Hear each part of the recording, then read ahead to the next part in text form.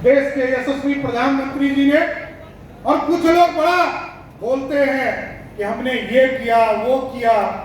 आप याद कीजिए साथी, 1990 से लेकर 2005 तक की सरकार को बिहार की जनता ने देखा है, बिहार में पैसा खर्चा ही नहीं होता था। सरदार अटल बिहारी वाजपेयी जी ने जिस सरकार में सैयद शाहनवाज जी मंत्री हुआ करते थे, राबड़ी देवी जी बिहार की मुख्यमंत्री थी, उन्होंने आग्रह किया कि विशेष सहायता कीजिए, झारखंड बट गया, सारी इंडस्ट्री चली गई, हमको विशेष सहायता कीजिए। और अटल जी ने 2-2 हजार करोड़ रुपया करके 6,000 करोड़ रुपया इस बिहार को देने का काम किया साथी। लेकिन 2005 तक 1 रुपया खर्चा नहीं हुआ। आज यदि आप देख रहे हैं कि नवीनगर में एनटीपीसी का प्लांट लगा, बरौनी में एनटीपीसी का प्लांट लगाया जा रहा है और कांटी में एनटीपीसी का प्लांट लगाया जा रहा है। और अब तो दुगना एनटीपीसी का प्लांट आपके नवीनगर में हो गया साथियों। जो 6,000 करोड़ रुपया श्रीमती राबड़ी देवी खर्चा नहीं कर पाई थी, जब नीतीश कुमार और सुशील मोदी की सरकार बनी तो उसी पैसे को खर्चा करना शुरू किया साथियों। जब आदरणीय अटल बिहारी वाजपेयी जी ने जो पैसा दिया, वो तत्कालीन सरकार पैसा भी नहीं खर्चा करना पा रही थी। और जब नरेंद्र मोदी जी की सरकार बनी साथियों, तो बिहार के लिए एक्सप्रेसवे की कल्पना शुरुआत हुई। अभी आप देख रहे हैं यहाँ पे एक्सप्रेसवे का काम शुरू है, चल रहा।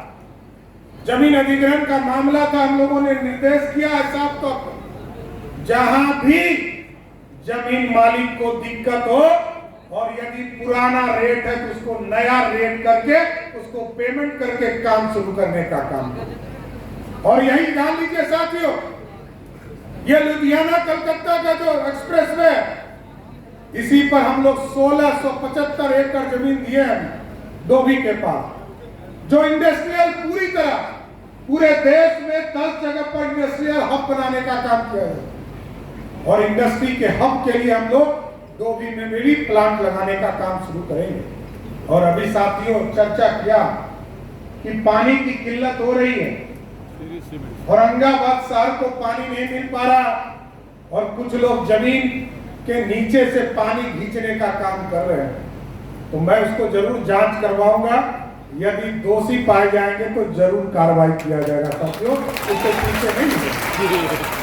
क्योंकि हम लोगों ने तो अभी 20 दिन पहले हम लोग इंद्रपुरी बराज आए थे साथियों, माननीय मुख्यमंत्री जी के साथ, पूरे औरंगाबाद को पानी कैसे देना है इसका चिंता कर रहे हैं। यहाँ कैसे कोई पानी निकाल सकता है, एकदम उसको रोकने का काम किया जाएगा और पूरी तरह औरंगाबाद शहर को पूरी तरह इंद्रपुरी बराज से पानी लाकर यहाँ शुद्ध पेयजल देने का काम किया जाएगा। इसलिए साथियों लगातार भारतीय जनता पार्टी इस देश में विकास के कार्य कर रहे हैं। और मैंने कहा कि खजाना का रास्ता बिहार की तरफ खुल गया। पहली बार एक्सप्रेसवे बनाने का काम शुरुआत हुआ है सब। 3 बड़े एक्सप्रेसवे हमें मिले हैं और तीनों एक्सप्रेसवे बिहार के लिए मील का पत्थर साबित होगा सर। अभी हम चिंता करते हैं कि पानी की समस्या पूरे साउथ बिहार में होती है और 5 बड़ी नदियां गुजरती है इस बिहार में, पूरे साउथ बिहार में। सोन नदी, क्यूल नदी, उसके बाद क्यूल नदी, बड़ुआ नदी और चानन नदी। गंगा के इस पार 5 बड़ी नदियां हैं साथियों। और हम लोगों ने जिस तरह इंद्रपुरी बराज बनाने का काम किया है, हम आपको स्वस्थ करना चाहते हैं कि हम एक्सप्रेसवे जो बनाना चाह रहे हैं बक्सर से लेकर भागलपुर तक, इस 5 जो हमारा टेल पॉइंट है, जो गंगा में पानी चली जाती है और सीधे गंगा से पानी सीधे बे ऑफ बंगाल चला जाता है, हम कोई यूटिलाइज नहीं कर पाते। हम लोगों ने तय किया है, अभी बीपीआर का काम शुरू किया है। अभी बक्सर से लेकर ये जो 5 नदियां हैं, इन सभी 5 नदियों पर बांध बांधने का काम करूंगा, जिससे कि बराज से पानी जो है 0% जो पानी हम यूटिलाइज करते हैं इस पूरे पानी को हम फिर से रिवर्स करके पानी का यूज कर पाएंगे, इरिगेशन के काम में लाएंगे। हम इरिगेशन के लिए हमारे पास पानी नहीं बचता, हम इंद्रपुरी बराज पर निर्भर होते हैं, हम पूरी व्यवस्था को बदलना है। तो साथियों, स्वाभाविक है, लगातार जिस तरह नरेंद्र मोदी जी का साथ मिल रहा और उत्तर प्रदेश बढ़ चुका, मैंने बार बार कहा, उसी तर्ज पर हम लोग बिहार को भी ले जाना चाहते हैं।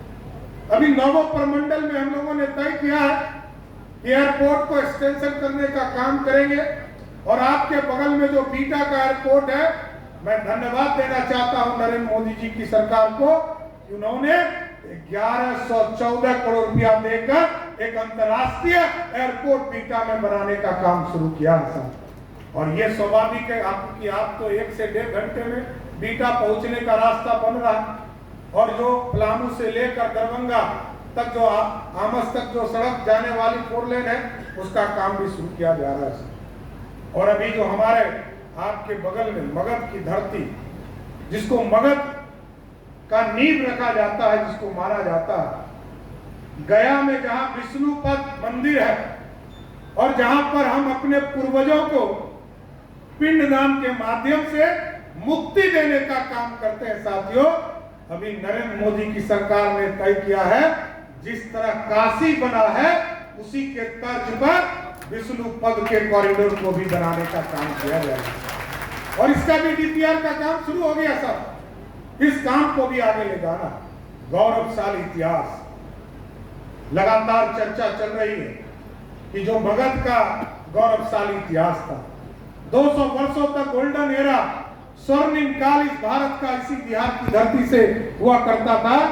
जो नालंदा, आपको याद होगा, चुनाव के बाद पहली बार जब प्रधानमंत्री जी बिहार आए तो नालंदा के गौरवशाली इतिहास को लौटाने का काम किया। आज दुनिया में आप देखिए, लगभग 30 लाख किताबें जला दी गई थी, लेकिन क्योंकि ज्ञान एक बार आता है जो कभी जाता नहीं है, इसलिए नालंदा की धरती पर फिर से जो यूनिवर्सिटी था उसको स्थापित करने का काम किया गया। और एक और चीज आज प्रधानमंत्री जी ने जाते जाते हमें कहा कि जिस तरह नालंदा को स्थापित किया गया आदरणीय मुख्यमंत्री नीतीश कुमार जी के नेतृत्व में, उसी तरह हम विक्रमशिला को भी स्थापित करने का काम करेंगे साथियों, और विक्रमशिला भी स्थापित होगा। इसलिए साथियों, हम जरूर आग्रह करेंगे कि भारतीय जनता पार्टी अभी लगातार ये पूरा सप्ताह जो है 25 तारीख तक सदस्यता अभियान चलाने का काम कर रही है।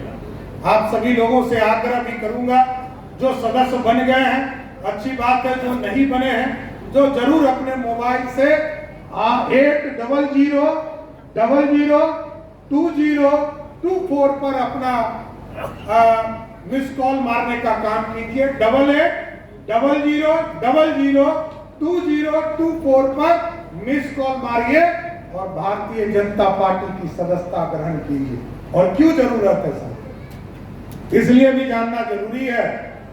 भारतीय जनता पार्टी को शाहनवाज जी ने कहा कि यहाँ से सांसद और विधायक इस जिले से नहीं हो पाए, चाहे जो भी कारण रहा हो, मैं उस पर नहीं जाऊंगा।